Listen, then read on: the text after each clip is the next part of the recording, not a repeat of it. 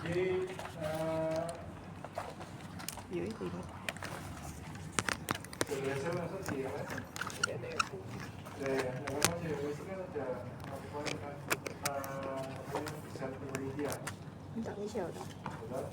Michelle minta selembar dong. Satu. Sekarang ini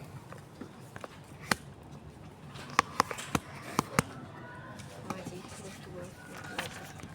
sekarang kamu coba lihat itu ya, membuka ini bisa.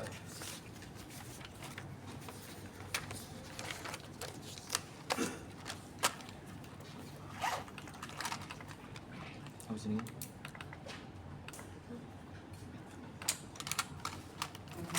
ya nggak jadi. Sudah dua kali.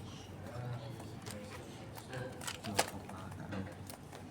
Ya kita PPT.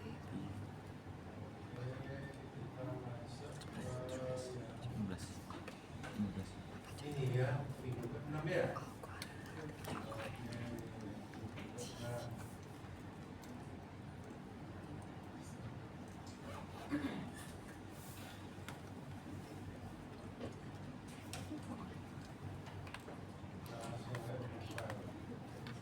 PowerPoint ini untuk minggu ini dan minggu depan. Minggu depan kan masih libur ya? Iya. Itu setelah. Jadi setelah libur. Ya, ini motongnya nggak enak memang ya dong. Masih ada sisa 1 minggu baru TS itu. Baru Potong kita libur ya, sih. wes mau diapakan lagi? Kan kita negara yang paling hobi libur kan. Libur, demo, libur. Biasanya gitu Nah, cuma kan di itu sekolah udah libur tuh. ibaratnya toxic di medsos ya kan. Dari 100.000 terus jalan joget-joget. Tapi mari itu cuma sebentar. Ya tuh main. Ya, oke. Lepas kamu. Capek. Jadi, kamu lihat yang pertama itu ada metodologi. Metodologi itu langkah-langkah, betul ya? Iya. Nah, di langkah-langkah ini yang kamu lihat di kajianmu itu Tak lihat. ada langkah-langkah mulai dari nilai topik penelitian, terus membuat pertanyaan penelitian. Membuat pertanyaan penelitian ini sudah dibahas sejak minggu pertama, kan? Ya, kan? Latihan buat pertanyaan penelitian apa, terus mengumpulkan data. Setelah mengumpulkan data, analisis, nulis laporan. Tapi kamu lihat ada panah pulang pergi gitu, ya kan? Betul nggak? Jadi artinya dari satu tahap masih bisa mundur lagi ke tahap sebelumnya.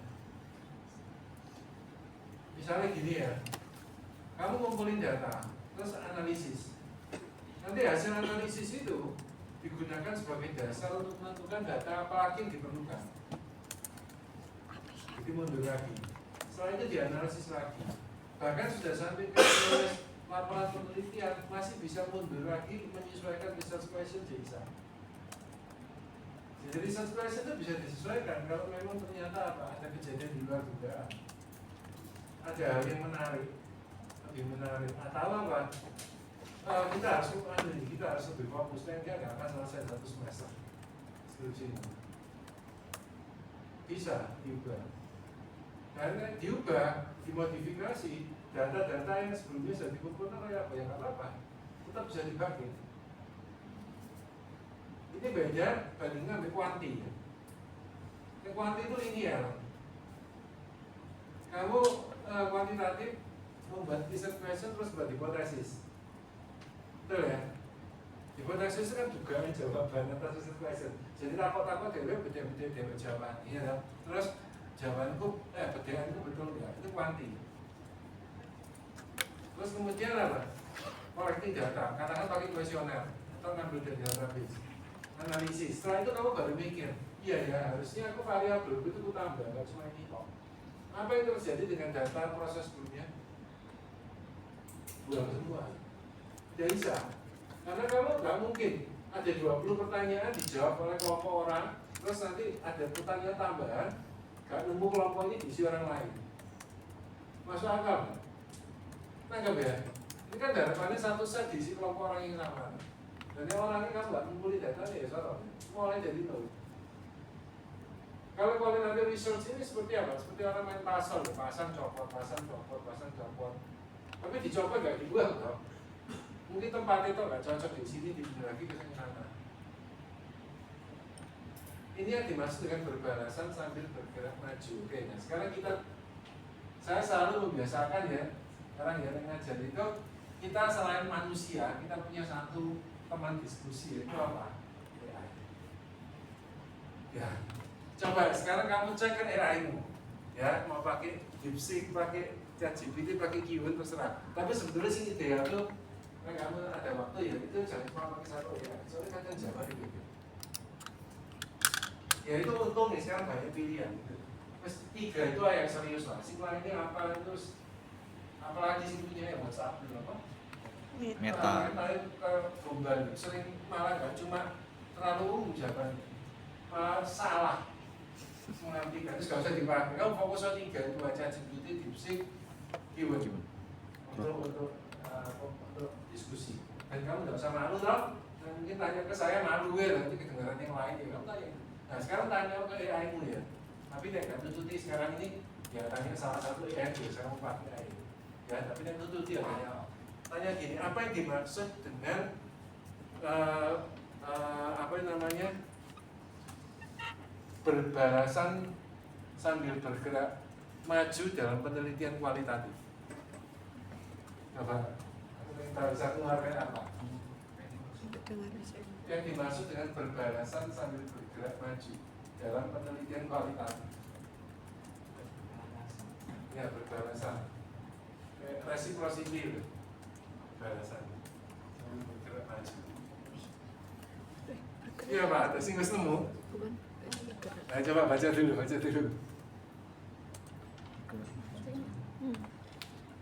Jadi kalau yang di ChatGPT itu dia jawabnya berbalasan sambil bergerak maju itu mengacu pada proses yang bersifat iteratif dan reflektif. Iteratif dan reflektif. Iya. Oke, terus dijelaskan dan iteratif itu apa, reflektif itu apa? Iya, iteratif itu dijelasin proses pengumpulan dan analisis data dilakukan secara berulang-ulang. Temuan awal dapat mempengaruhi cara data berikutnya dikumpulkan. Nah, ya. Terus reflektif dijelaskan nggak maksudnya apa? Iya. Peneliti selalu merefleksikan data yang sudah diperoleh dan menyesuaikan metode atau fokus penelitian jika diperlukan. Yes, itu dia. Ada yang mau nambahin? Kamu pakai apa? ChatGPT. Ada yang mau nambahin dari DeepSeek atau Qwen? Ya? Gimana? Kamu pakai apa? GPT. Saya sering pakai lain ya. DeepSeek atau Qwen? DeepSeek Pak. Ya. Pakai apa nanti kalau terakhir? DeepSeek. DeepSeek apa jawaban DeepSeek? Berbalasan resiprokal itu peneliti tidak hanya mengambil data dari partisipan tapi terlibat dalam interaksi timbal balik dalam wawancara mendalam, berbagai respon partisipan atau mungkin mengajukan pertanyaan balik. Oke. Timbal balik antara partisipan dengan peneliti lah itu kan gitu itu kan tambahan wawasan lagi kan ya karena tidak ada satupun AI yang sempurna gitu loh. Ya terus apa lagi berarti? Bergerak maju, progresif, tidak linear tapi berkembang melalui tahapan berulang iteratif. Nah itu sama ya toh. Ya terus Contoh setelah wawancara pertama peneliti menyadari adanya tema baru yang tak terduga lalu menyesuaikan panduan wawancara eksplorasi lebih lanjut. yes. Setelah ngumpulin baru sadar ada tema tidak terduga. Kumpulin lagi. Ya itu nggak ada kan ya jawaban ChatGPT betul ya. Oke itu lah gunanya jangan mengandalkan satu AI. Oke sampai sini ada semua tanya nggak? Cukup jelas nggak? Bisa membayangkan nggak? Nah, kurang jelas berikan ilustrasi sederhana. Ya enak toh. Berikan ilustrasi sederhana. Dosen gue nih. Iya. Nah, pakai Qwen nggak? Aku paling suka Qwen, paling bagus jawabannya soalnya. Nah, menurutku Qwen. Tapi Qwen tidak ada aplikasinya ya. Qwen itu website. Kayak DeepSeek dulu kan nggak pakai aplikasi, sekarang pakai itu website. Ini sementara masih jadi nggak ada aplikasi, tapi nggak apa-apa. Sekarang ini paling keren menurutku Qwen.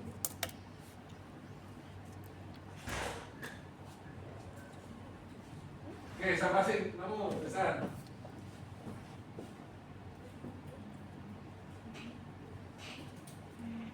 Apa coba kamu ya habis nemu ya? Iya. Ya kamu bingung mengerjakan. Iya. Hah? Enggak. Yang apa? Iya, berikan ilustrasi sederhana. Oh, Apa kamu nggak nyari? Kamu biasa loh, ini aku ngajari, masuk kelas nggak cuma ngajari materi, tapi ngajari cara belajar. Kayak gitu. Wes, siapa kamu ayo? Saya, Pak. Iya. Contohnya Ini apa? ChatGPT ya? ya, Nah, ada peneliti dia itu mau tahu pengalaman mahasiswa dalam menghadapi stres akademik. Awalnya ia merencanakan untuk melakukan wawancara dengan pertanyaan seperti apa yang membuat Anda merasa stres dalam perkuliahan. Saat mewawancarai beberapa mahasiswa, ia menemukan bahwa bukan hanya tugas yang menyebabkan stres, tapi juga tekanan dari keluarga dan perbandingan dengan teman-teman di media sosial. Karena teman baru ini, peneliti menyesuaikan pendekatan wawancaranya. Pada wawancara berikutnya, ia mulai menanyakan bagaimana peran keluarga dalam pengalaman stres akademik Anda, sejauh mana media sosial mempengaruhi perasaan Anda tentang perkuliahan. Proses ini tidak kaku atau linear. Peneliti berbalas dengan temuan baru sambil tetap maju dalam penelitiannya. Hasil akhirnya lebih mendalam karena ia tidak hanya fokus pada stres akademik dari tugas, tapi juga faktor sosial yang sebelumnya tidak dipertimbangkan. yes. Anggap, bisa nggak kuanti kayak gini? Nggak bisa. Kuanti hanya tahu pertanyaannya ini, pertanyaannya pun dibuat dari teori loh. Dugaan jawabannya juga dari teori loh. Ya, berarti jawaban apapun yang muncul, yang berkembang, tema baru yang muncul, peduli nggak? Nggak, what the hell, pokoknya hipotesis itu terbukti apa enggak? Nah, itu bedanya.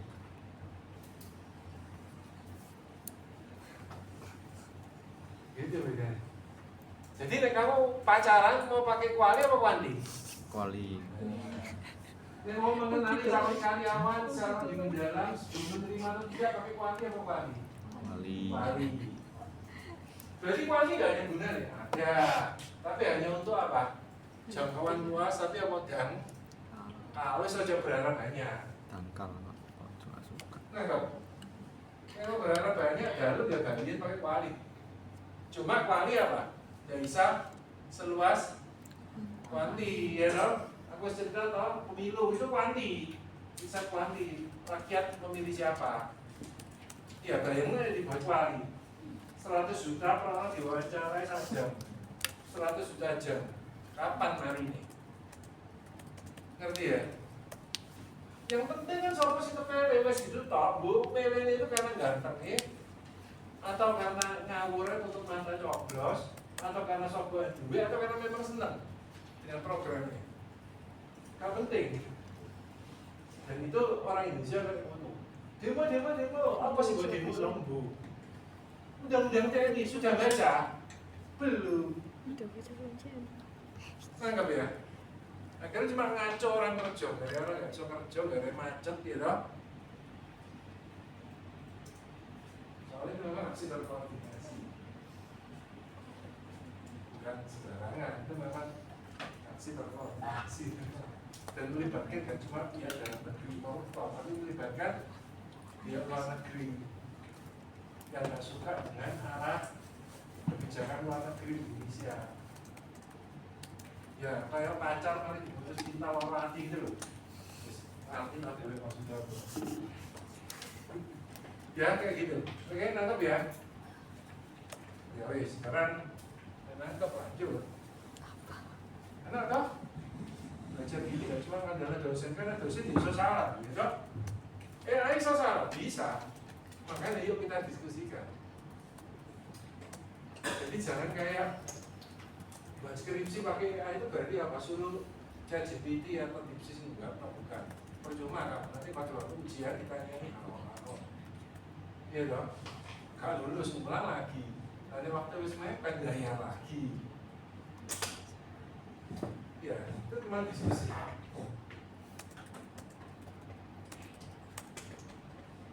Oke, nah sekarang dasar-dasarnya ini. Ya. Saya kasih satu contoh, kenapa harus ngerti konteks sosial. Betul ya? Dalam penelitian kualitatif, Ya, kita itu nggak cuma menangkap makna hitam di atas putih dari apa yang diomongkan, tapi konteks dia ngomong itu seperti apa. Contoh, pernah dengar kata jancuk? Ya, pernah ya, sering ngomong? Jancuk itu artinya apa? Tank. Tank. Apa? Tank. Tank. Tanknya Belanda, Pak. Jancuk ya, terus apa? Serius? Tergantung nadanya. Iya apa nadanya? Hmm. Iya apa nadanya?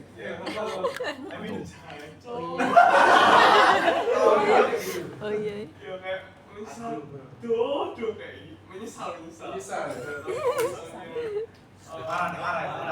Marah.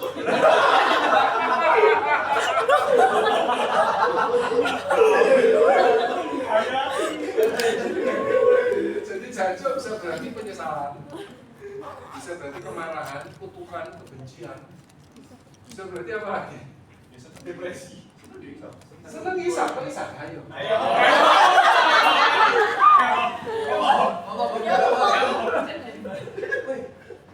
Biasanya Pak, kalau biasanya kayak, wih jancuk. Iya, terima kasih gue ngumpet.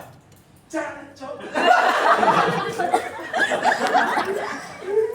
Tapi juga bisa berarti kekaguman kan? Iya. Bisa tuh. Jancuk ayu tuh, Cuk. Mau. Bisa kekagetan nggak jalan-jalan ada cocok insya kok jancuk. Jadi jancuk itu apa? Kita ngerti konteksnya. Dan itulah kehidupan kita. Kita mencoba menembus simbol untuk mencari tahu makna di balik simbol. Dalam rangka mencari makna di balik simbol, jangan lupa apa? Konteksnya. Ya, di Surabaya itu bisa, atau di Jawa Timur, Jancuk punya makna mulai dari positif sampai negatif. Tapi di Jawa Tengah misalkan, bisa. Orang bisa ngomong, soalnya konteks itu penting. Betul nggak? Kangen ya bisa kok Jancuk. Kamu ketemu teman yang sudah 20 tahun atau 10 tahun teman SD, atau ketemu tiba-tiba ketemu betul dulu akrab. Jancuk kok jauh orang ya Cuk.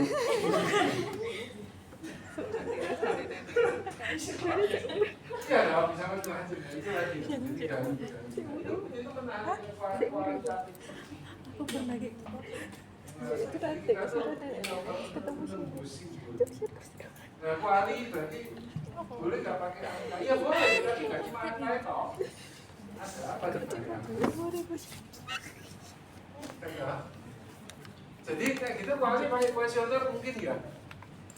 Ya mungkin di awal kamu dikasih satu perusahaan, kamu mau sekedar pengen tahu masalah apa sih dihadapi tiap divisi, sebarin kuesioner dulu. Baru nanti kamu nonton divisi ini aku mau fokus gali masalah apa, itu masalah apa? Jadi boleh nggak? Ya boleh aja, harus enggak. Kan gitu dong. Yang penting cuma peleng sibuk ya. sama. Kuanti apakah nggak pakai wawancara? Bisa pakai. Toko Structural equation modeling, Pak. wawancara, tapi cuma wawancara singkat sih nggak berjanji. Ini apa masalah sih? Jawabanmu itu sesuai maksud. Itu cuma gitu toh. Jadi kuali itu nggak anti angka ya. Ya, kuanti juga nggak anti narasi, tinggal pendekatannya mau kemana. Nangkap ya? Nangkap ya. Oke. Jadi perlu berrecolate skills, kemampuan berimprovisasi dalam mengumpulkan data. Data itu nggak cuma dari video ngomong, tapi seperti katamu juga dari nada, juga dari mungkin pengamatan dalam keseharian ekspresi, juga mungkin ya apapun lah. Orang ngomong ini cek karena nanti di medsosnya dia punya medsos, sering tulis omongannya apa, omongannya positif, negatif, beracun atau apa mengkonstruksi semangat, optimis atau pesimis toh di sini.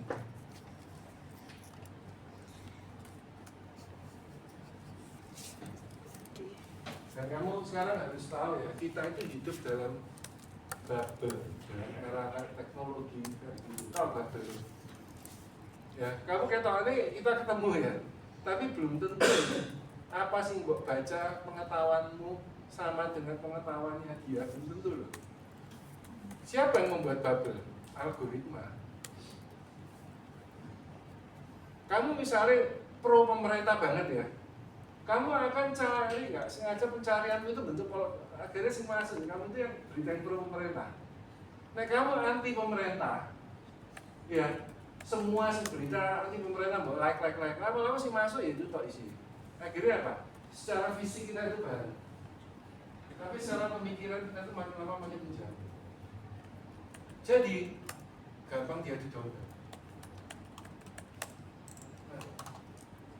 Itulah the power of social media, the power of AI, the power of media sosial, artificial intelligence yang luar biasa.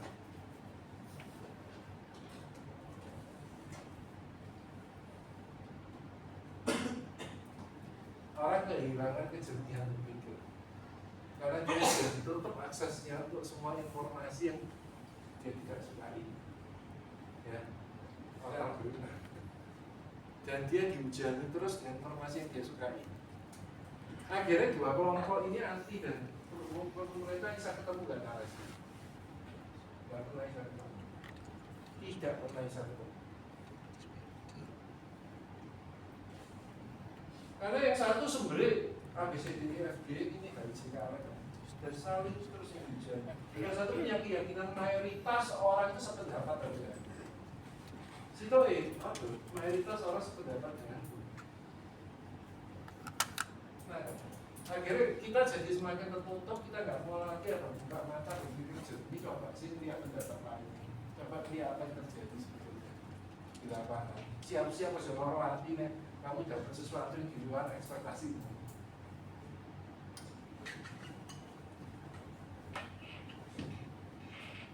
Oke, kita lanjut ya. Orang wes kayak gitu kebuntu dengan babel, mungkin saya improvisasi untuk mencari materi bahan-bahan yang itu. Jadi orang ini kok kunci selalu yang dijawab yang kok ya. Dia soalnya dia hidup di babelnya. Nah, orang ini kok soalnya yang dijawab ini kok gitu ya. Ya ada babel. Babelnya dia ya. Nah, di situ anti Prabowo sih ini doyan Prabowo. Ngacun.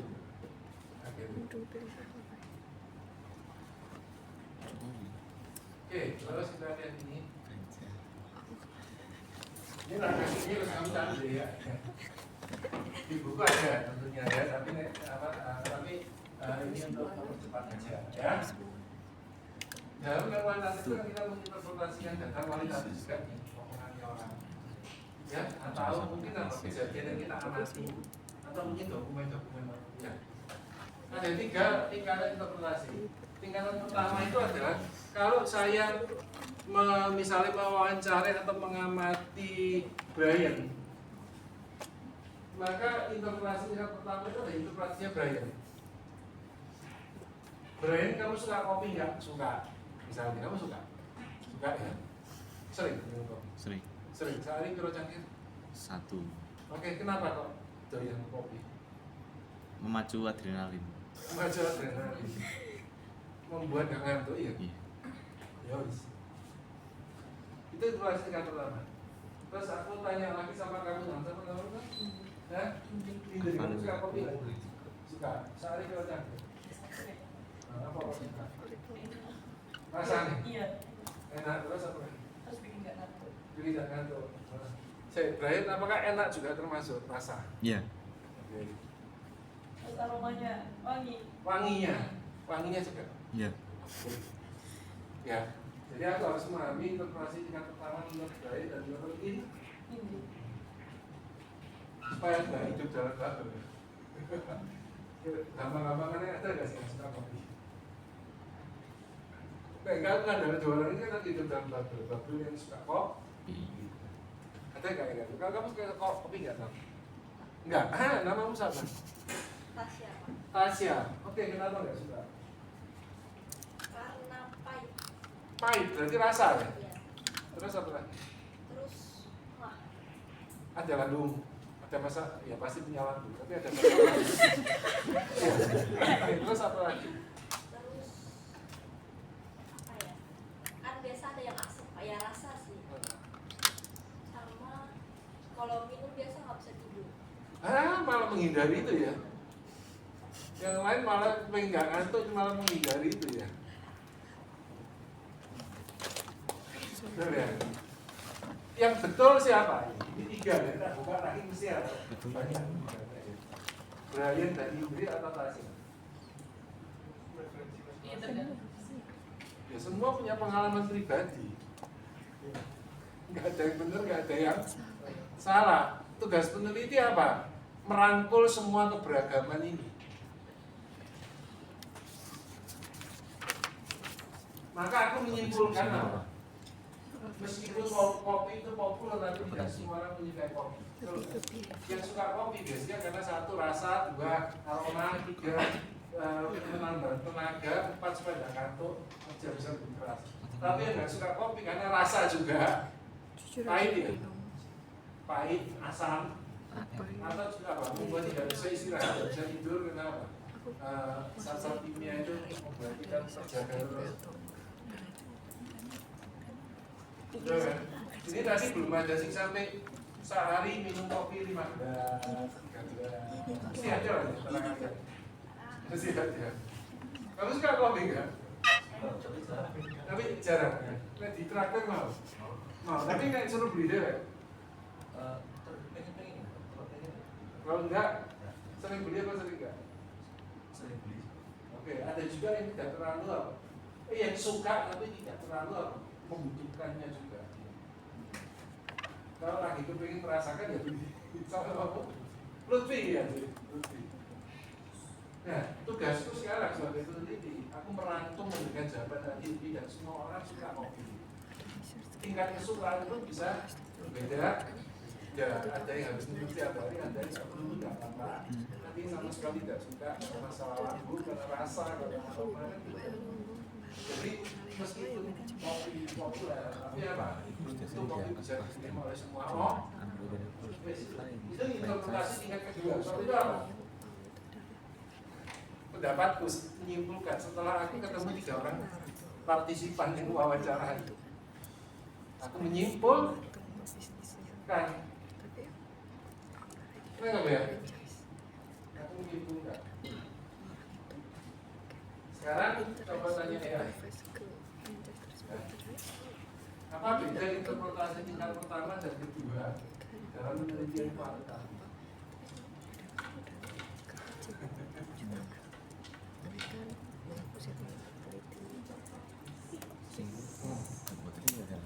Orang-orang itu nggak ngerti itu pakai apa, tahunya hype, ilmunya nggak sampai situ.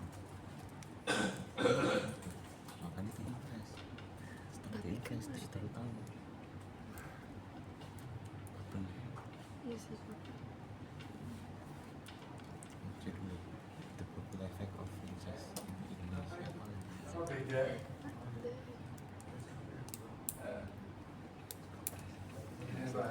Kalau bisa apa?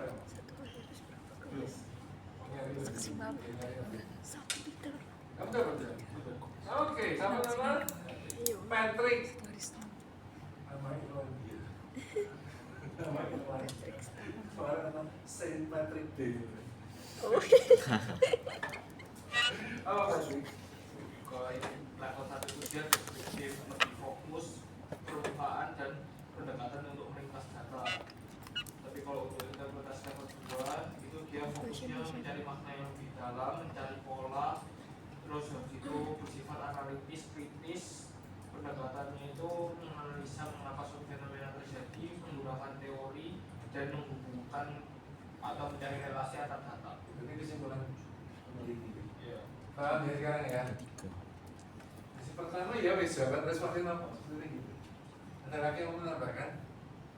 Ada ilustrasinya nggak Patrick? Ada. Nah coba ilustrasinya apa? Kalau yang di deskriptif itu peneliti hanya mencatat bahwa mahasiswa mengalami kendala dalam memahami materi tanpa menggali di dalam itu level 1. Tapi kalau level 2 itu dari data yang sampai dia menjelaskan kesulitan memaknai yang terjadi karena adanya kurang interaksi sosial atau terjadinya kurang interaksi sosial dalam pembelajaran daring sesuai dengan teori konstruktivisme Vygotsky, di mana interaksi sosial itu perlu untuk membangun pemahaman yang lebih baik.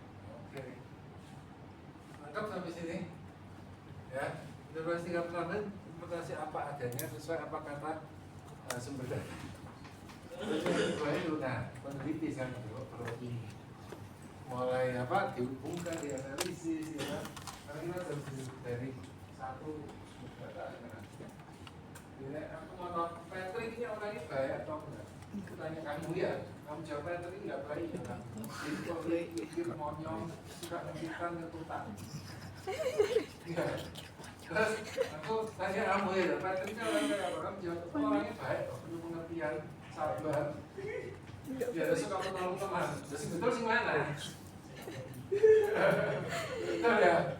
Maka aku harus gali lagi gitu loh. Ya, aku gali ke kamu. Mau gali ke dia, ke mana-mana. Ya, cuma coba sampai akhirnya ternyata aku nempel. Mereka sih kenal Patrick di bawah 1 tahun. Itu selalu pandangannya negatif. Tapi dia harus kenal Patrick lebih dari 1 tahun, lebih 2 tahun, 3 tahun, 4 tahun, pandangannya positif. Berarti apa? Kan ya, ternyata Patrick itu orang memiliki kesan awal sebagai orang yang tidak menyenangkan, terlupa gitu kan ya. Tapi setelah orang kenal lebih jauh, berinteraksi sama mereka tahu bahwa Patrick itu berarti malaikat. Kita kan enggak, ya kita kan perlu ya, kita nggak bisa satu orang ngomong lah ya. Sampai sini ada yang mau tanya nggak? Interpretasi tingkat ketiga itu ya, jadi gini, interpretasi tingkat kedua itu menggunakan data dari interpretasi tingkat pertama, betul ya? Interpretasi tingkat ketiga menggunakan data dari interpretasi tingkat kedua. Untuk apa? Untuk dicocok mengambil pengetahuan yang sudah ada sebelumnya. Misalnya, kamu buat skripsi itu kan ada kajian literatur. Kalau banding ngomong kajian literatur, apakah itu mendukung, bertentangan atau memperkaya? Ya, itu kira-kira.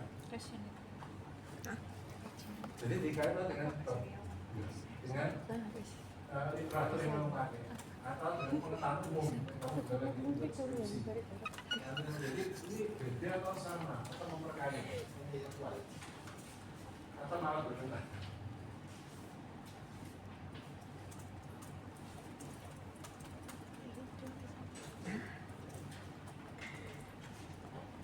Oke, selesai. Temenin. Contoh, apa matanya enggak? Sip ya. Apa yang dalam? Video berarti nanti. Dia apa namanya? Mungkin cuma dicek terus dikasih pembicaraan. Nanti mungkin kayak butuh penelitian butuh orang mungkin kok misalnya supaya Ini yang sebenarnya tadi kan. Metode pengumpulan data pakai apa? Pakai observasi analisis toh. Bisa nggak tadi question tadi? Bisa lah, nggak masuk itu bukan sing utama. Iya kan? Sing utama ya ini tiga ya. Terus nanti analisisnya pakai grounded theory. Nanti itu kan. Apa sekali pun. Tapi nggak apa-apa kalau tanya-tanya. Ya. Terus ada apa untuk memperbaiki triangulasi. Itu juga nanti ada pertemuan berikutnya. Tapi kita fokus aja dulu ini. Coba sekarang kamu cek dulu di AI. Apa yang dimaksud dengan interview? Kamu jangan topik ya, jadi supaya ini nyambung terus jawabannya. Ya, tadi maksudnya pakai apapun ya GPT, DeepSeek atau itu ya, terus kadang tanya itu asal beda ya, tetap bisa topik, jangan keluar buat yang baru. Apa beda interview, observasi dan analisis gabungan? interview, observasi dan analisis gabungan. Dengan apa dari topik yang sama ya? Analisis gabungan dengan topik yang sama. Sih. interview observasi nggak sih kamu? Apa? Dengan topik yang Coba nama Oke, ini pakai cat yang sama. analisis Iya, Mas. oh analisis dokumen ini aja pakai apa? Enggak, mesti pakai ini yang sama, prompt yang sama. Dokumen agak keras ya sama ya. dokumen informasi pendapatan atau pandangan tentang topik tertentu. Apa untuk mendapatkan apa informasi tentang pandangan pendapat Tentang topik tertentu. oke bisa juga pengalaman ya jadi suruh cerita pengalamannya bisa terus gitu Tujuan wawancara atau interview bisa bervariasi tergantung pada konteksnya, seperti untuk keperluan pekerjaan, penelitian, jurnalisme, atau pengembangan diri. Dan dikategorikan berdasarkan tujuan. oke terus observasi oke apa beda ini apa beda ini observasi dan analisis dokumen Menang. observasinya sudah Apa nama Yosepin. Yosepin agak keras. Kalau observasi itu, melalui observasi peneliti itu mengamati langsung perilaku, situasi, atau interaksi dalam konteks aslinya. Nah, metode ini itu memungkinkan peneliti untuk menangkap data secara nonverbal dan konteks lingkungan yang mungkin tidak tersampaikan lewat kata-kata. Observasi itu bisa dilakukan secara partisipatif Jadi atau kamu pengen dapat non-partisipatif. informasi yang nggak bisa dapat dengan kata-kata, kamu harus Observasi. mengamati kan. Misalnya kamu punya pacar, ya, kamu pengen tahu pacarmu kayak apa orang ini, kamu tanya, belum tentu dia jawab jujur ya. Kamu amati saja. Nek kata wedo-wedo ayu kayak apa sih kan gitu toh ya. Sing di medsos apa ae sing diomongno kan gitu deh. Dan seterusnya toh ya. Nek waktu makan, waktu bayar ngilang apa enggak kan gitu ya. Terus gitu. Kalau analisis dokumen itu fokus pada pengumpulan dan kajian data dari sumber-sumber tertulis atau rekaman seperti arsip, laporan, buku, surat kabar, atau media sosial. Ini membantu peneliti memahami konteks, sejarah, atau perspektif tertentu yang telah terdokumentasi, serta memberikan bukti pendukung untuk temuan-temuan dari metode lain. Berarti apa bedanya interview dengan observasi? Paham nggak? Bisa nyimpulkan nggak kalian? Bisa nggak nyimpul ya? Bedanya apa? Interview observasi. Hah? Observasi itu pengaruh beda apa sih alat Nah, itu.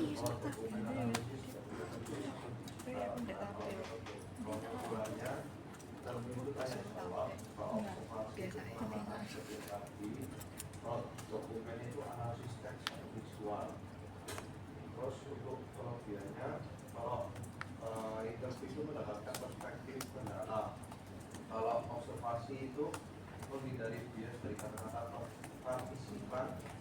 Untuk dokumen analisis itu bisa digunakan untuk menelusuri data historis. Nah, untuk penggunaannya, interview itu bisa dipengaruhi oleh subjektivitas partisipan. Kalau observasi itu interpretasi bisa berbeda tergantung penelitian. Kalau misalnya dokumen analisis, laporannya bisa terbatas pada ketersediaan dokumen.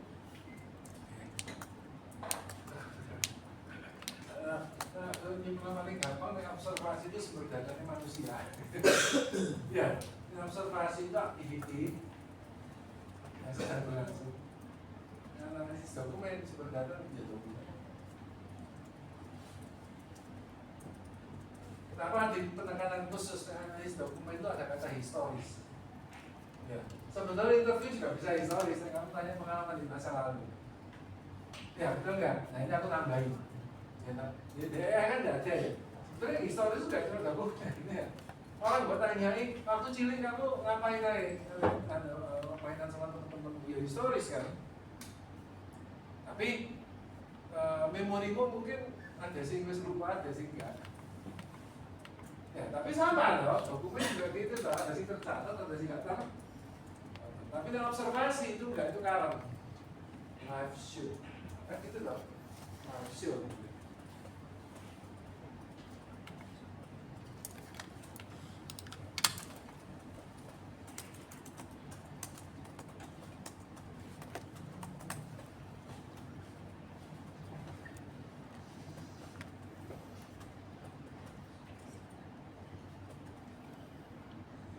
ini melengkapi lagi.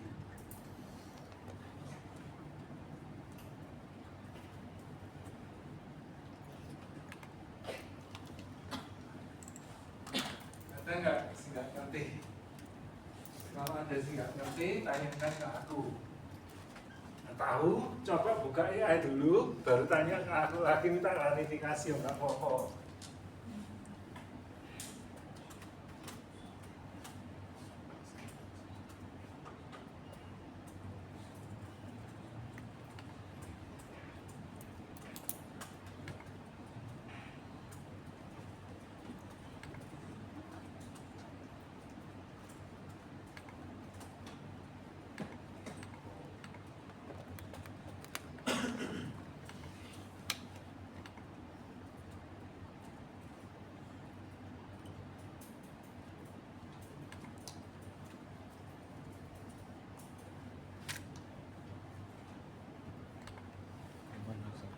Saya sharing kan apa yang terjadi sekarang. Interpretasi dosen akuntansi barangkali mereka juga mau menggunakan cara yang sama kayak gitu. Menurutmu lebih bermanfaat nggak? Iya, betul ya? Iya, iya apa brand? Bermanfaat atau cara kayak gitu? Siap. Nah, itu aku tanya di mahasiswa S2 dan S3 kita juga sama jawabannya. Lebih bermanfaat gini, wadat tuh dan efisien banget tuh. Dapetnya dapat daging, dapat kulit. Dosen kan kadang-kadang ngomong baru kulit terus gak disintanya ya gak dibahas loh. Tanya no ya, sekalian ngetes dosen ini ngawur apa gak? Ya belum tentu nih beda dosen itu sing salah. Iso-iso ya ini sing ya kayak gitu.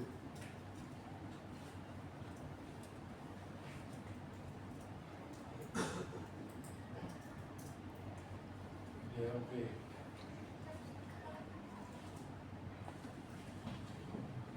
Semua tanya enggak? Tanya atau berbagi atau apapun.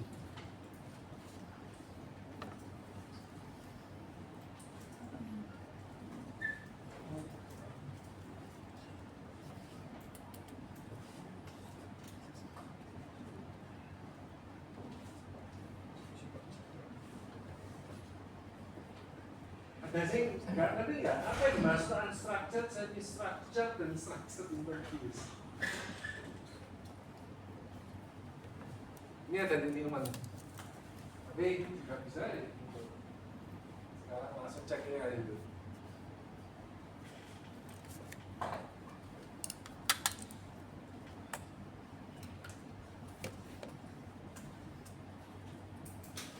Tak kasih clue. Ya, nggak tahu cocok nggak BI. Ya, 3 metode interview, ada structure, semi structure dan structure. Ini menyangkut soal daftar pertanyaan.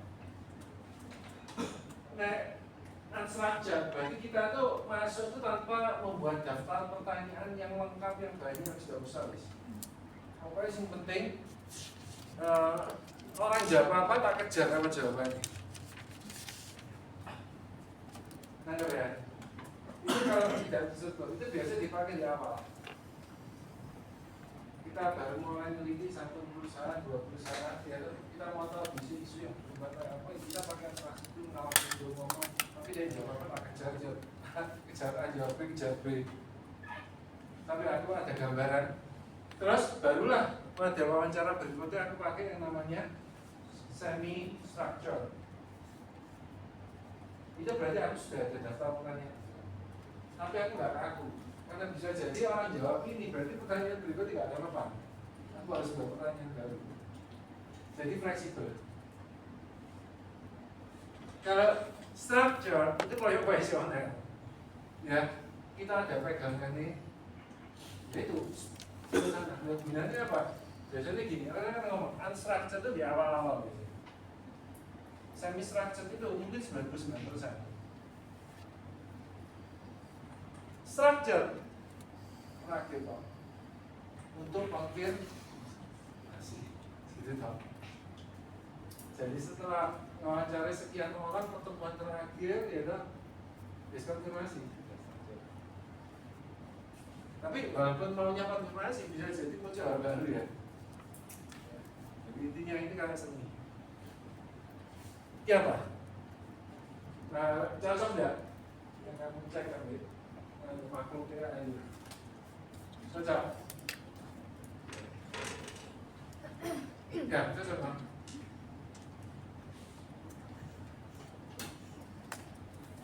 Open-ended questions, ngerti nggak maksudnya?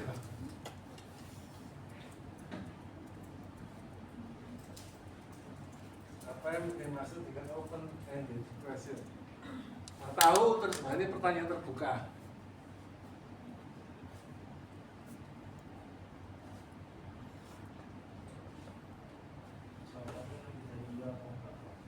Nah, lanjut.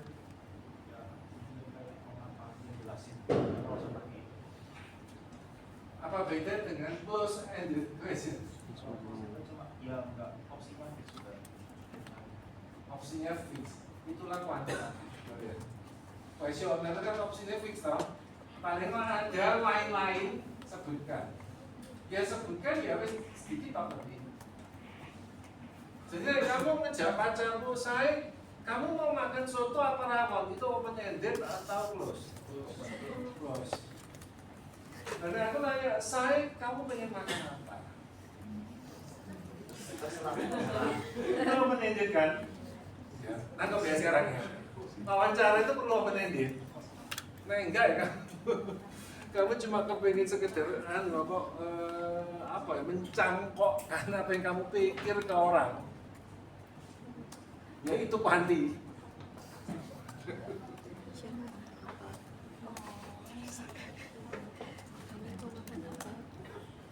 Puas, tidak puas. Atau itu kan nominal ya, buat interval lah ya kan. Skala 1 tidak puas, skala 5 puas. Banyak ada orang sih ngomong, aku kadang puasnya setengah mati, tapi kadang kudu muamu, kudu bandingi barang masuk ngomong gitu. Kebagian akhirnya milih di tengah-tengah. Tapi apakah mewakili? Tidak.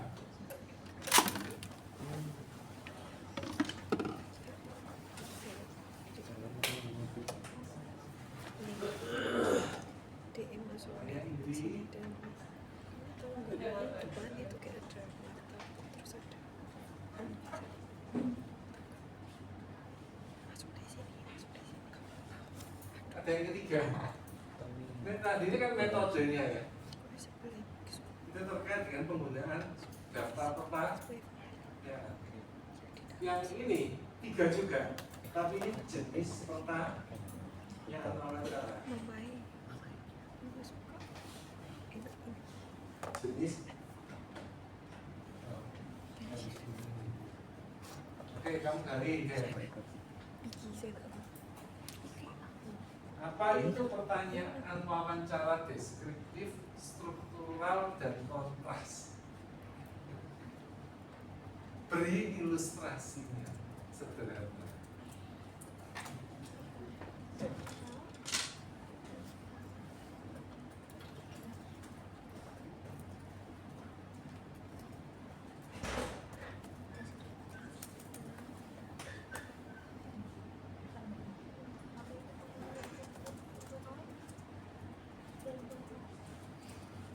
Nggak nyari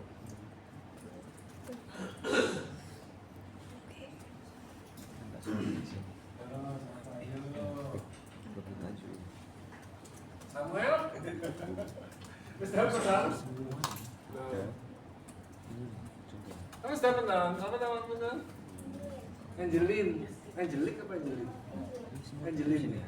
Wis dapat Angelin? Gimana Angelin? Keras? Kalau pertanyaan deskriptif itu bertujuan untuk menggali informasi secara luas tentang suatu fenomena, pengalaman atau perspektif dari partisipan. Ilustrasinya itu kalau misalnya peneliti mewawancarai seorang petani tentang sistem pertanian tradisional, pertanyaannya itu bisakah Anda ceritakan bagaimana proses bertani di desa ini? Nah, jawabannya responden itu akan menjelaskan kapannya bertani, alat yang digunakan, dan tradisi yang terlibat. Kalau pertanyaan yang struktural itu bertujuan untuk memahami bagaimana partisipan mengorganisasikan informasi dalam pikiran. Bagaimana partisipan? Mengorganisasikan informasi dalam mengorganisasikan. Apa itu mengorganisasikan? Lanjutkan dulu. Terus ilustrasinya itu misalnya peneliti meneliti budaya kuliner di suatu daerah. Pertanyaannya itu apa saja jenis makanan yang biasa disajikan saat perayaan adat di daerah ini. Jawabannya responden menyebutkan berbagai kategori makanan seperti makanan utama, makanan penutup, sama minuman tradisional. Oke. Sampai sini nggak apa-apa beda pertanyaan deskriptif dan pertanyaan struktural. Apa yang jadi?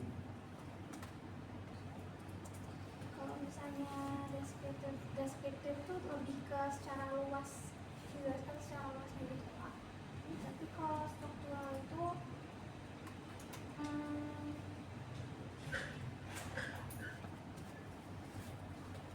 Ya, yang lain nih, ayo. Baik, nggak apa-apa, nggak bisa jeliin. Kalau struktural, pemahaman saya lebih ke langkah-langkah atau kayak kategori-kategori yang ada. Struktural itu lebih ke kategori-kategori. Atau langkah-langkah. Langkah yang- bisa, kategori iya. bisa, iya. Ya, komponen ya Iya. bisa, ya. Nah, deskriptif, Lebih ke secara luas kayak Iya, gambaran gimana umum. Gambaran. merasakan. Iya. kamu siapa? Shannon, Pak. Shannon. Iya. Sekarang aku mau tanya gini. Kamu kenal Shannon enggak? Enggak. Belum. Shannon itu sih kayak apa orang? Itu deskriptif atau struktural? Shannon banyak di sini. Deskriptif. Oh, Shannon itu kacamataan, orangnya suka senyum, rambutnya segini, rajin, bayari, gemar kenali. Ya, itu deskriptif. Sukanya pakai celana jeans, gitu ya. Terus, berikutnya dia dibuat struktural tentang Shannon apa kira-kira?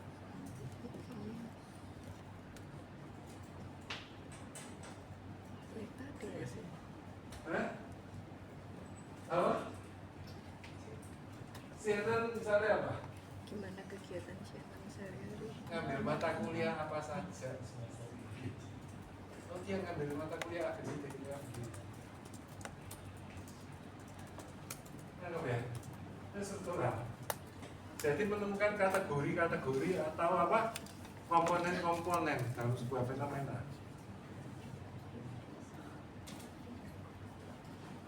Shannon sudah punya pacar belum? Pacarnya Shannon siapa saja? Itu struktural atau deskriptif? Struktural. Sekarang tentang budgeting dalam perusahaan ya. Komen aku sih. Bagaimana proses budgeting dilakukan? Deskriptif atau struktural? Budget apa saja yang digunakan? Yang tadi apa? Bagaimana proses? Ini bagaimana proses jawab itu menggambarkan atau mengkategorikan?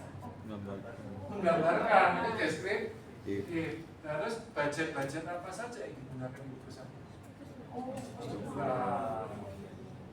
Ya, yang satunya bicara gambaran, yang satunya bicara komponen atau klasifikasi atau langkah-langkah ya boleh. Lebih ya, lebih jelas. Jelas ya. Biasanya orang menginterogasi orang mulai dari jaksa, KPK, ya polisi itu selalu pakai kombinasi ini, deskriptif, struktural dan kontras yang terakhir. Kamu yang menginterogasi pacarmu, bujuk apa enggak? Terakhir cara ini praktek sekali. Kalau ketahuan benar gitu, ya kan? Jadi biasanya deskriptif dari deskripsi itu dibuat lebih sistematis, struktur. Sekarang setiap komponen minta deskripsikan lagi, bicara lagi dong. Nah, dapat lagi gambaran baru, struktur lagi, selalu gitu. Yang terakhir kontras itu membandingkan, mencari kesamaan dan perbedaan. Jadi tadi mari tanya apa itu namanya Shannon itu seperti apa orangnya, apa saja yang dia sukai, mengapa kau suka itu, balik deskriptif loh, seberapa sering apa dan seterusnya. Terus tanya Angeline itu kayak apa orangnya, bla bla bla. Terakhir baru membandingkan, jadi apa bedanya Angeline dan Shannon? Karena Angeline juga pakai kacamata, sama, rambutnya segini, sama. Iya. Nah, sama terus aku nggak tahu tingginya apakah kurang lebih sama. Ya, jadi apa bedanya Angelin dan Ciana? Jadi barusan apa bedanya?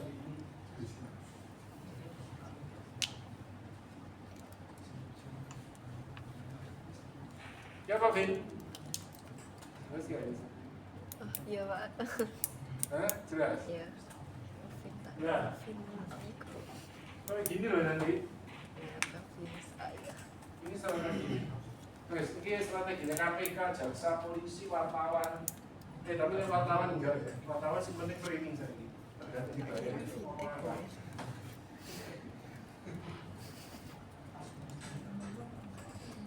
Bisa tahu ini apa maksudnya?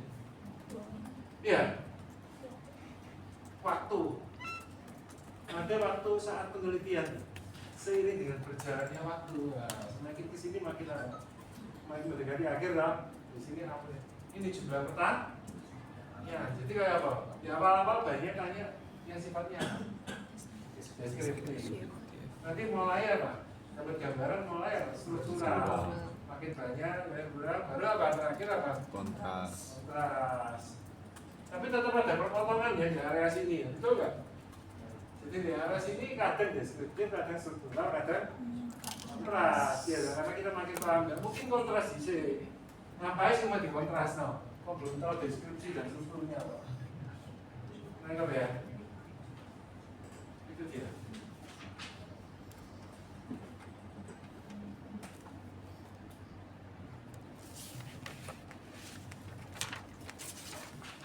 Oke?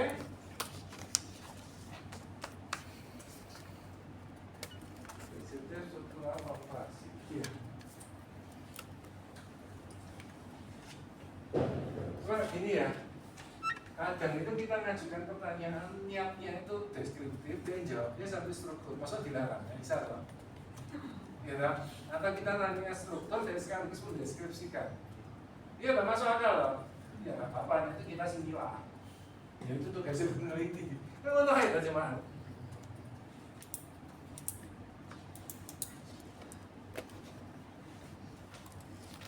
Pertanyaan, Yosefin, kamu seberapa dekat kamu mengenal Brian? Sangat dekat. Emang iya. Brian itu kan masih orangnya masuknya deskriptif. Yosefin jawabnya, Brian itu orangnya baik, hati, ramah, suka menolong. Kamu tahu nggak dia punya 5 anjing? Emang iya. Punya kiki, koko, sudah ada strukturalnya di dalam itu ya. Ya, 5 anjing itu ceritanya beda-beda loh. Anjing pertama Kiki itu nemu di bawah kolong jembatan. Anjing kedua itu ceritanya itu nemu di pasar. Dia jadi bawa pulang. Anjing ketiga itu beli itu harganya 30 juta itu impor itu. Berarti apa? Mana struktural? Kami tanya aku dia jelaskan lagi deskripsi. Iya. Jadi soal deskripsi. Dan nanti aku sih harus memilah tema-temanya. Ini tema anjingnya Brian, ini tema hobinya Brian, mungkin ini tema kepribadiannya Brian, ya nanti tugasku itu similah, aku peneliti kok. Iya, saya bisa Bukan Josephine ngomong sih, ya Josephine aku nggak tanya itu ya, kadang mungkin ya ngamuk ya Josephine ya ngamuk ya, kayak belum diwawancara lagi ya, gitu loh. karena yoi wawancara gitu. Ya itu, ayo tanyakan kalau ada pertanyaan. Karena sisanya itu nanti, nah ini observasi sekaligus. Nanti boleh kita Oh, dari. yang Iya, mau tanya enggak?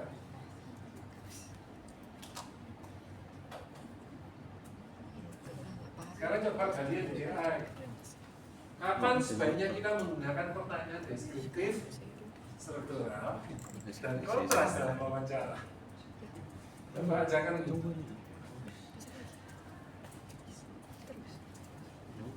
Wah enak deh. Terus mimpi dulu gila ini.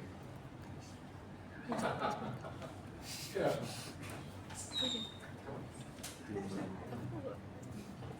Ayo, kamu pakai tugas cari deh ya. Nanti kamu semua ngomong. Kapan kita menggunakan pertanyaan deskriptif kontras dalam wawancara?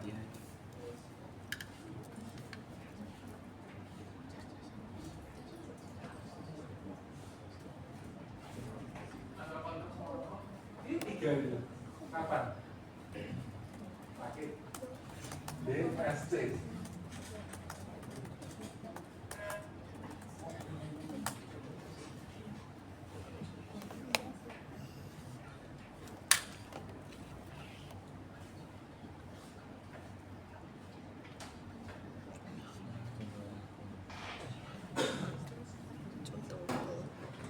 jawabannya?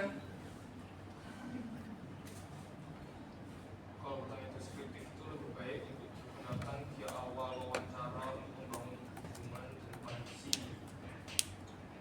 supaya mendapatkan gambaran luas dan juga sebelum lebih detail.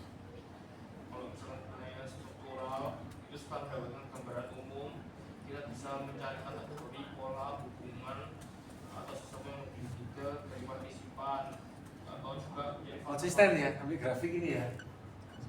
Ya, terus kemudian atau bisa juga untuk mencari faktor-faktor yang membentuk pengalaman partisipan. Terus yang kontras itu digunakan di rangkaian wawancara, digunakan untuk menggali perbedaan, kelebihan, kekurangan dari berbagai aspek yang sudah dibahas. Oke.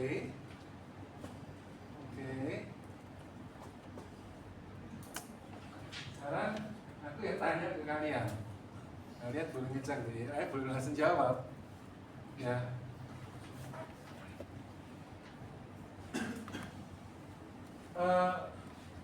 Apakah pertimbangan karakter dari partisipan itu menentukan jenis pertanyaan wawancara yang diajukan? Wawancara. Jadi mau itu enaknya tanya ini, mau nom enaknya tanya itu, mau gaptek tanya omong kan gitu ya. Kita coba.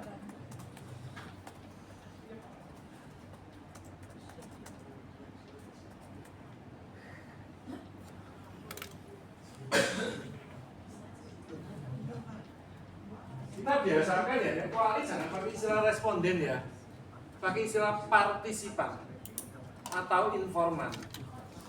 Soalnya responden itu di kuanti itu cuma orang yang dikai pertanyaan langsung apa jawab gitu toh. Tapi nek partisipan itu sebetulnya mereka yang nggak sekedar bisa jawab tapi berpartisipasi. Makanya ditanyai berpartisipasi dalam fenomena. Jadi makanya sebutannya bukan responden yang cocok ke partisipan. Walaupun kadang-kadang ya aku pun kadang-kadang masih keliru ngomong ya. Paling ngomongnya responden, tapi singkat aja. Ada pengaruh enggak? Ada pengaruh enggak? Apa katanya pengaruh? Kata enggak pengaruh? Biasanya kan ada pengaruh. Apa katanya? Kalau misalnya contoh kelompok partisipannya itu cenderung pemalu, peneliti itu bisa mulai dengan pertanyaan struktural untuk membangun kenyamanan sebelum menggali cerita lebih dalam. Terus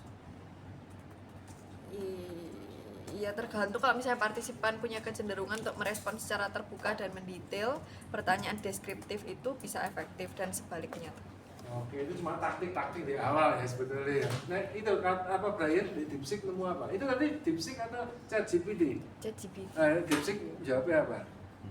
Belum nyari Pak yang baru. Tanya cari lah. Kau pakai apa Lutfi? Sama. Tapi apa jawabannya segini? Pertimbangan menentukan jenis pertanyaan yang menentukan sampai kualitas dari pertanyaan deskriptif,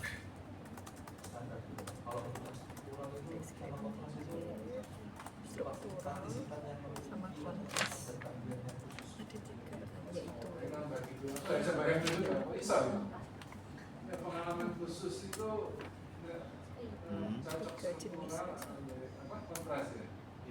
Si pengalaman umum atau pengetahuan umum itu deskriptif. Bisa gitu ya, kita nggak tahu. Mungkin gini Pak, orang pengetahuannya tambah jauh untuk bisa bagi.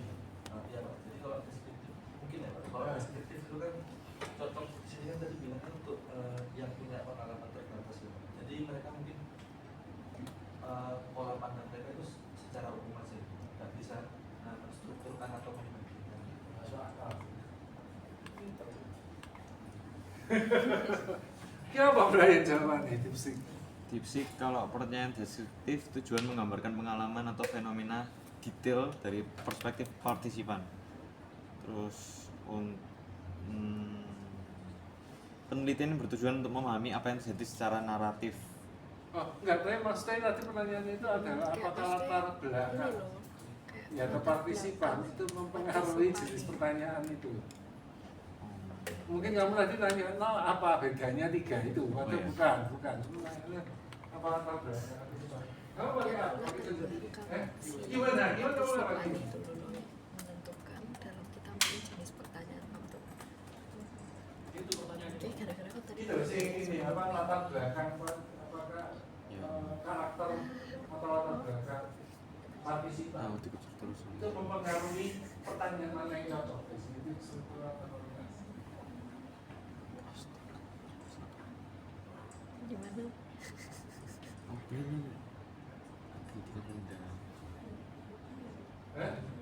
Iya, kamu pakai apa? Matahari jawaban apa itu deskriptif?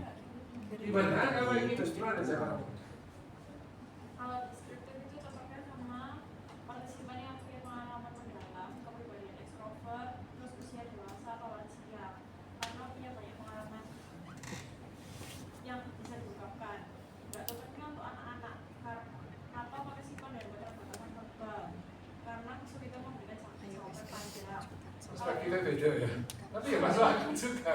Terus kalau gitu? Struktural itu cocoknya sama partisipan dalam latar pendidikan yang tinggi, pengalaman profesional, serta kemampuan Ini cocok nanti yang itu ya dengan cara ini. Pengalamannya tinggi, profesional tinggi, cocok struktural ya benar. Iya, karena tidak terbiasa dengan teknis atau proses yang terstruktur. Terus kalau pertanyaan kontras, cocoknya sama partisipan dengan kemampuan analitis sama yang punya wawasan luas. Soalnya dia kayak bisa memberikan pengalaman yang tidak cuma di satu sisi tapi di dua sisi, jadi sama berbeda. Masuk akal juga. Iya, itu gunanya dia pakai lebih dari satu AI ya. Itu gunanya gitu. Ya wes, ya gitu kan. Nah, kok itu kelas S2 Maxi SPM, ya dong. Coba saya kalian pakai AI. Bagaimana menggambarkan keterkaitan antara pengendalian hasil proses dan budaya, ya. Sing pakai GPT itu formal jawabnya. Sing pakai Q&A sing itu ono formalnya tapi ono puisi nih, setengah puisi mas itu. Jadi terakhir itu kesimpulannya itu gini loh. Pengendalian budaya ibaratnya itu adalah jiwa.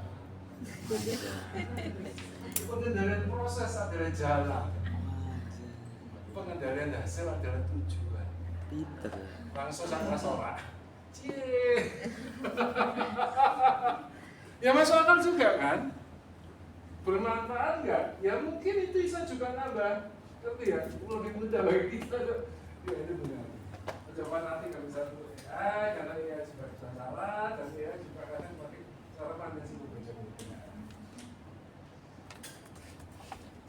Kata kuncinya di diri kita sendiri. AI itu bukan kacung. Ngerti ya? Bosnya itu ya kita. Ojo AI harus jadi no. Ah ini penentu nih, kopes gitu ya. Kopas. Ini sebenarnya kan tidak, ya suara kayak gitu kan. Bukan kamu bosnya AI.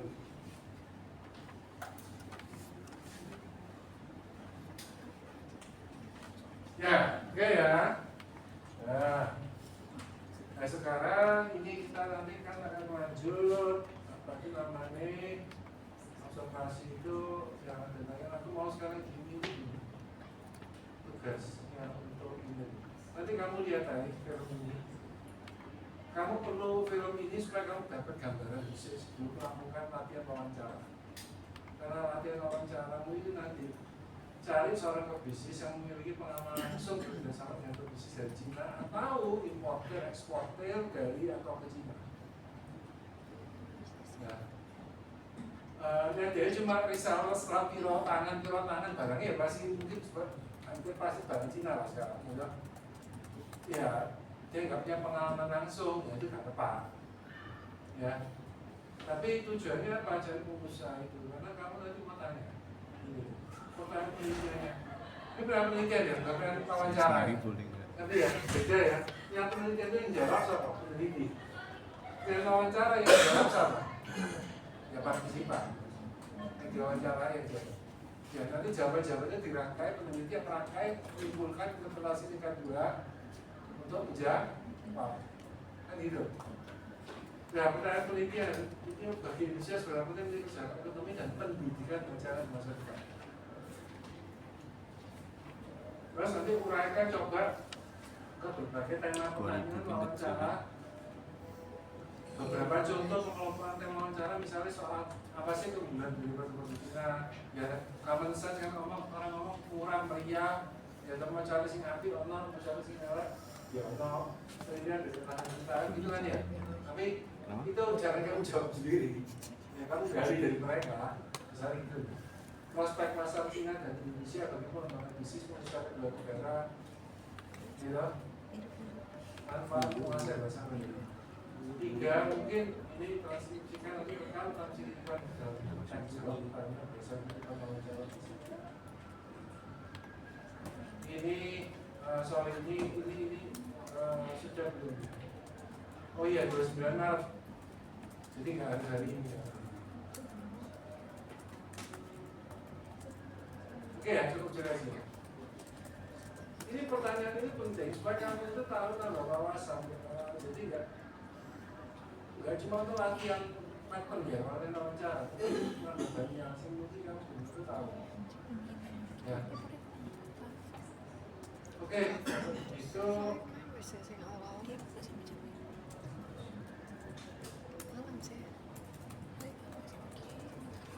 tugas individual ya, tugas kelompok ya. Tugas individual. Langsung bisa dijam 9 direvisi. Kemarin saya paper kita itu kan bagian awal duduk dari kan wes terus yang suruh screenshot Scopus Tugas individual, tapi ini misalnya paper itu aku karena mungkin kan belum tentu temu ya partisipan yang gampang ya. Ya misalnya ada di ilmu ya mungkin ya, tapi maksimal aja kayak 3 orang itu sekali datang bandingkan mau sekarang 3 ya seperti ya. Tapi tetap individual ya, timpul tadi itu apa ya. 10 orang yang kan si tanya atau orang sendiri orang gitu. Oh, caranya harus offline atau beli online via Itu sih terserah. Jadi maksudnya berarti ini gini loh, satu yang wawancara gitu berarti Makanya gini, sajian itu saat orang untuk aja dewek tidak. Cuma aku memberi barang yang belum tentu itu kamu gampang. jadi ya boleh gabung sama dulu. Boleh 3 orang lah. Oh iya. Ya maksimal 3 orang. Ya, tapi 3 orang ini kerja dewek kan. Cuma barangnya datang mewawancarai, ngomong-ngomong bareng, melengkapi saut-sautan itu loh maksudnya.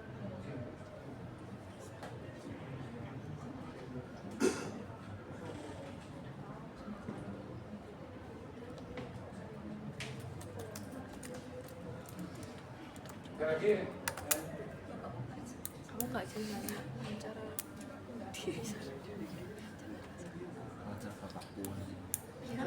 panggilan please ya itu apa hasil wawancaranya, kutipan wawancaranya, sebuah ngomong, Bisa, nanti dijawab. Berarti pas di transkripnya itu berarti kayak sistemnya kayak pertanyaan jawaban. Iya, paling enak transkrip itu gini loh. Kan pakai aplikasi. Oh iya. Iya, langsung jadi teks. Aja kamu rekam, gitu rekam di situ, terus kamu ketik di situ udah aja. Goblok itu sumpah. Iya, memang aplikasi itu ada yang berbayar, ada sih enggak. apa yang gratis YouTube Iya. nggak pacara saya otomatis nih.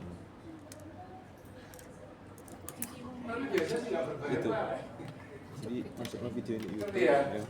Nggak berbayar Semuanya lah. ada transkrip. Tapi, ya, Contohnya. kamu kan bisa, Apa? anu dong. Itu Sini. setahu sing lumayan apik dan paling murah itu Fox Note sih. Tapi kamu Iya, boleh sudah. coba semua ini lah. Dari sini. Transkripnya. Fox Note tuh ini loh tulisannya. Transkrip. Terus kopas ini nih. Coba mesti. Langsung kopas ini. Dan dia bisa berbagai bahasa. Terus tuh masuk GPT. Kata-kata yang salah. Ya ini sih setahu sih murah. Konsepnya. Ya, dan lumayan, bukan murah tapi elek. Murah dan lumayan. Ya, bisa ya urusan. Enggak sampai apa ratusan ribu gitu. Ya, kan kamu apa? Terus Ada pilihan Masuk di yang sini biasa semua. ada sih cuma 9. masuk sini. setahun ya gitu. Betul. Betul. Dan karena perlu skripsi, perlu ini kan setengah mati kan. Dulu zamanku aku waktu kuliah belum ada aplikasi ya pakai pita gitu loh. Rasa itu. Kasih tunjuk proses. Ya, terus malah di setel Miring ya. di sini wawancara 1 jam, transkripsi Kan 4 project jam. limited. Terus Sekarang sudah itu Ini kan ya itu terserah kamu pakai aplikasi apapun. ini kan udah. Nah, ini kan ada ini kan. Berarti dia bisa langsung ke sini. Terus show transcript. Jelas. Nah, ini kita step. Terus bisa dikopas. Nah, mau tanya enggak? Jelin mau tanya enggak jelin? Enggak. yang limited. Ya, saya baca saja ya. Akhiri ya enggak apa-apa terserah ya. Pak, Ya. Apa nanti? iya mau tanya yang 2000 kata itu maksudnya sama berarti transkrip sama jawabnya research question itu maksimal 2000. Ya, panjang-panjang gitu loh. Oh iya. Berarti all in. Ya, all in 2000. Oke, all in 2000 kata sama transkrip. Ada lagi? Kalau sudah ada ya, ini Saya baru keinget satu. Buat identitas wawancaranya kalau saya nggak mau diungkapkan oh, udah ya, itu terserah deh, kamu tunjuk ya di rahasia noy. di inisial aja. Ya inisial lah, itu Tuan X, Tuan Y, Tuan Eca, Tuan Buji, Tuan Roy. Kasih Pak.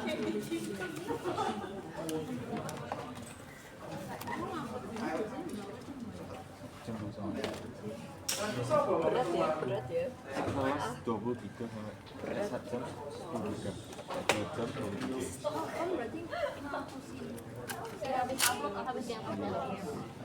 Ini seminggu kan? Seminggu berarti. Seminggu.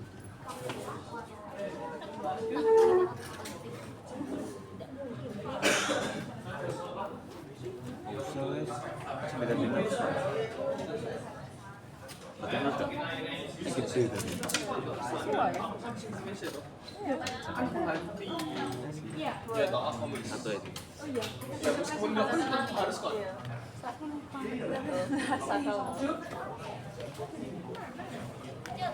Jangan lupa loh guys, besok PA jam 7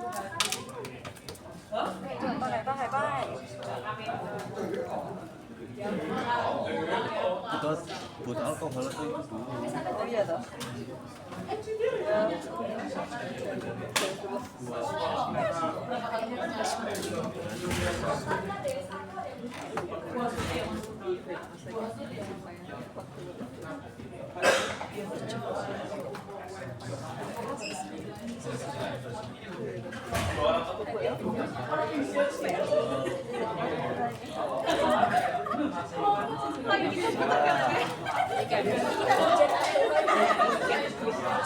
Apaan sih udah aku bilang. Nah,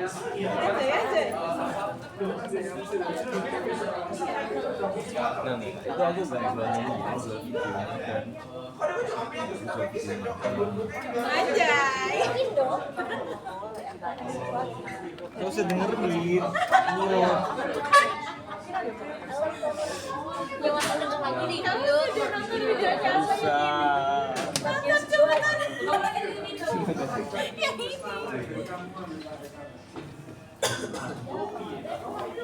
Ini sudah ini. Jangan deh ya. Ini sudah ini, woi. Matiin. Bilang dulu, bilang apa? Banyak teman. Udah.